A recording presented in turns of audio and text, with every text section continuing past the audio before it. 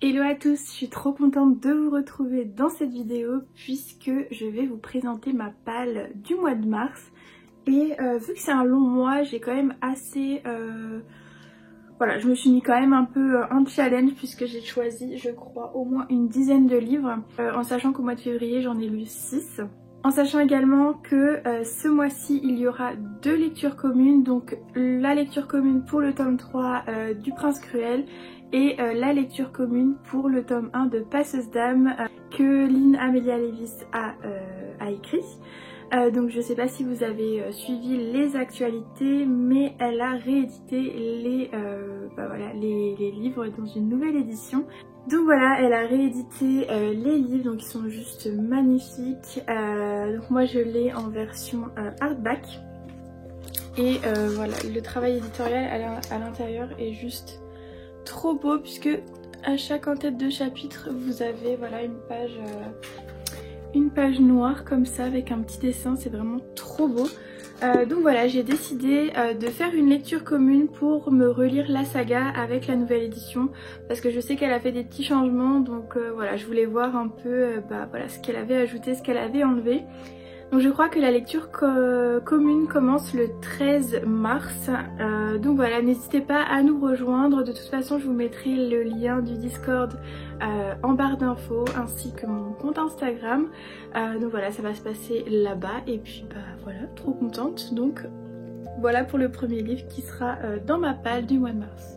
Ensuite, comme je vous le disais, il y aura la lecture commune pour le tome 3 du Prince Cruel. Donc voilà, j'ai déjà fait le découpage, il est disponible sur mon Instagram en story. Donc voilà, si jamais pareil, vous voulez nous rejoindre, j'ai également fait une partie dans le Discord pour cette LC. Ce sera mon petit livre VO du mois. Ensuite, donc c'est ma lecture en cours, j'ai lu je crois une 50aine de pages. Donc c'est De Lune en Lune de Liz Steven, publié chez Scrineo, qui m'ont gentiment envoyé. Celui-ci qui est en cours de lecture, pour vous parler un peu du résumé. Donc on est 200 ans après ce qu'on appelle la fracture, donc en gros les humains sont obligés de se cacher puisque les animaux ont pris une taille énorme et du coup s'attaquent aux humains. Donc on va suivre 2 filles, Pomme et Yael, qui sont elles dans un temple en fait, dans une ville qui est fortifiée. Donc là j'en suis au tout début, il y a eu une attaque d'ours, donc voilà, on en est là. Mais voilà, en gros les animaux sont devenus... Donc les bêtes sont devenues géantes et je pense qu'il va y avoir forcément... Pomme et Yael vont forcément devoir se battre pour survivre. Donc on va être dans une pas post-apocalyptique puisque c'est pas quelque chose qui est possible, même si avec la science on ne sait jamais.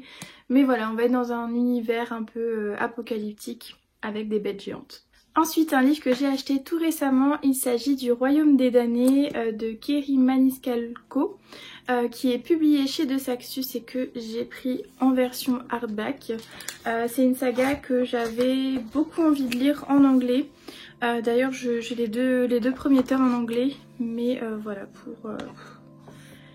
j'ai pas pu résister à la version française puisque je sais que je vais mettre 3 ans à lire en anglais.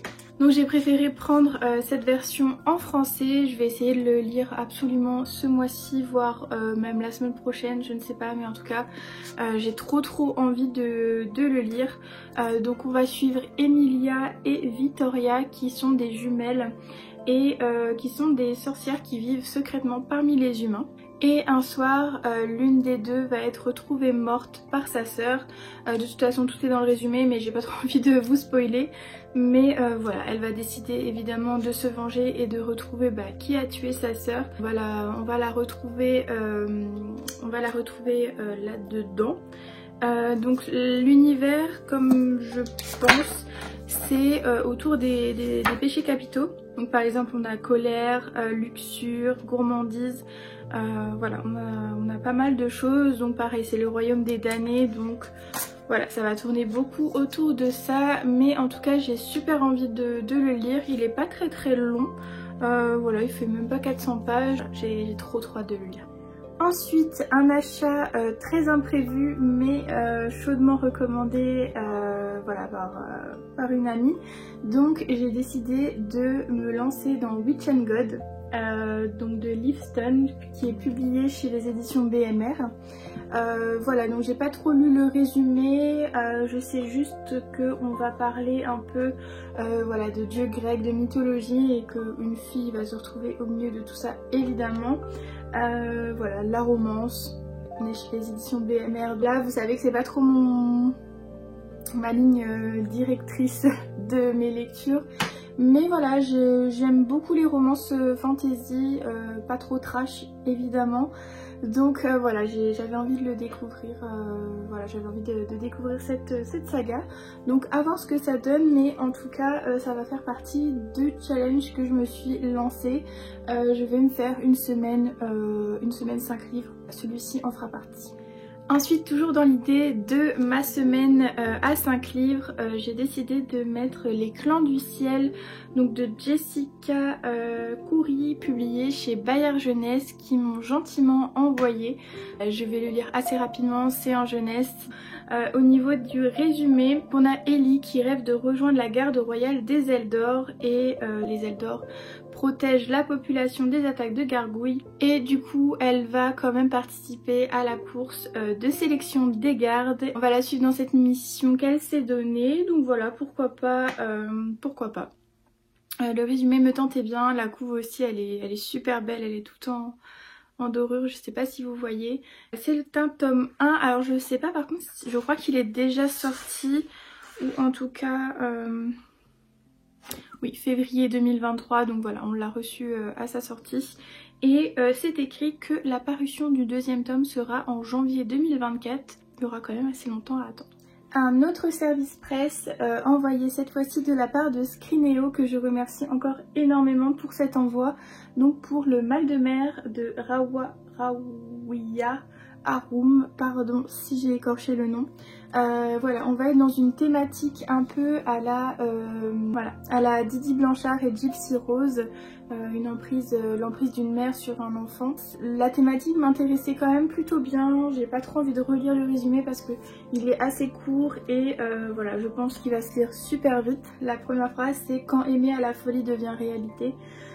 Voilà, on va être sur un livre quand même avec une thématique assez compliquée, assez dure. Je me le suis mis aussi dans ma palle pour une semaine 5 livres. La couve est magnifique. Ça sur ça, il n'y a rien à dire. Chez Scrineo, ils font toujours de toute façon des couves absolument magnifiques. Ça, c'est dans ma palle. Ensuite, un autre aspect qui sort complètement de ce que j'ai l'habitude de lire, puisque c'est un thriller. Il s'agit de La femme de ménage de Freida McFadden, donc publié chez City Edition, qui m'ont également gentiment envoyé. Voilà, on va suivre une jeune femme qui va faire le ménage dans une famille assez riche, donc des Winchester. Et voilà, il va se passer des choses assez étranges. Et cette fille va être mêlée un peu aux histoires familiales. Il y a beaucoup de rumeurs qui courent sur les Winchester. Donc il y a une rumeur sur la femme Winchester qui court dans le quartier. Elle serait à l'origine de la noyade de sa fille. On part sur un thriller avec une famille avec de sombres secrets.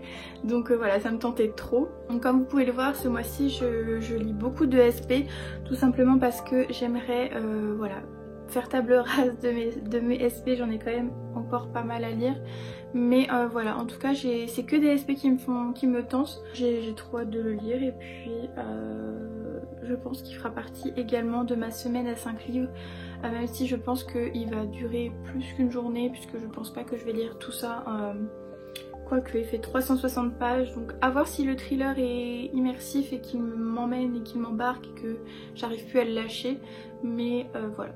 À voir. Ensuite j'ai décidé de me caler une petite BD, donc pareil peut-être dans mes lectures une semaine 5 livres, puisque là on est à 4, donc je vais rajouter celui-ci, comme ça fera une petite coupure dans mes lectures. Mais voilà, je viens juste de l'acheter, c'est Arcana le tome 1, le Coven du Tarot, donc scénario, dessin et couleurs de Serena Blasco, donc c'est l'autrice de la BD Enola Holmes. Il me faisait de l'œil depuis un petit moment, et là il y avait l'offre découverte à 9,90 Voilà, je sais pas trop le prix de départ, mais moi ça m'a convaincue, donc bravo, la communication a marché sur moi. Mais voilà, j'ai trop hâte de le lire, c'est quand même comment dire, il est assez épais. On va suivre Fauna et Flora, qui sont des jumelles qui ignorent tout l'une de l'autre et qui vont un jour être appelées et être nommées dans les brigades, dans les brigades des arcanes majeures au Coven du Tarot. Elles vont être envoyées du coup sur Arcana pour leur apprentissage et on va les suivre dans cette aventure. Voilà, peut-être un peu d'ésotérisme, peut-être un peu, voilà, on nous parle de prophéties et d'inquiétantes créatures, donc moi ça m'a convaincue pour le mettre dans ma wishlist et ce sera lu du coup ce mois-ci. Ensuite on va passer à un autre SP, c'est mon nouveau partenariat de 2023 et il s'agit donc des éditions Léa. Donc ils m'ont envoyé le tome 1 de John Gwynne, donc Malice. Le tome 2 Bravoure sortira tout bientôt, ils ont annoncé la sortie pour le 30 mars. Donc voilà, mon objectif c'est de le lire avant qu'il sorte et surtout avant de recevoir le tome 2 puisque comme vous le voyez, les éditions Léa font vraiment des belles briques. J'ai trop hâte de le lire, je pense que ce sera ma prochaine lecture. Et vu que c'est un SP, je pense que je vais prendre un plaisir à la noter. D'ailleurs il faut vraiment que je vous fasse ma vidéo sur la notation, mais voilà, il est juste magnifique, je suis trop contente de l'avoir reçu. Je pense que pour le résumer, je vais vous lire au moins le premier paragraphe. Donc, il y a bien longtemps que les humains sont arrivés sur les terres bannies, qu'ils ont disputé victorieusement au clan de géants qui les peuplaient, des terres que l'affrontement entre les dieux antagonistes Azeroth et Elyon a bien failli détruire. Ainsi, quand cette guerre larvée menace d'éclater à nouveau, bien des destins vont se trouver bouleversés. On va encore partir sur une fantaisie un peu médiévale avec apparemment des géants à combattre. Voilà, une fantaisie avec des combats, avec voilà un peu à la Moyen-Âge, au Moyen-Âge, enfin à la moyenâgeuse, avec des chevaliers. D'ailleurs le tome 1 s'appelle le livre des terres bannies, donc voilà. Je pense on va être bien dans les chevaliers et tout ce qui s'ensuit, donc moi ça me tente pas mal et ce sera sûrement ma prochaine lecture. Donc voilà pour ma palle de mars, on est sur 9 romans et une BD, donc je pense avoir le temps de tout lire et même de peut-être me caler d'autres lectures entre temps si j'ai le temps de lire, mais en tout cas voilà, ça s'annonce plutôt bien comme mois de mars.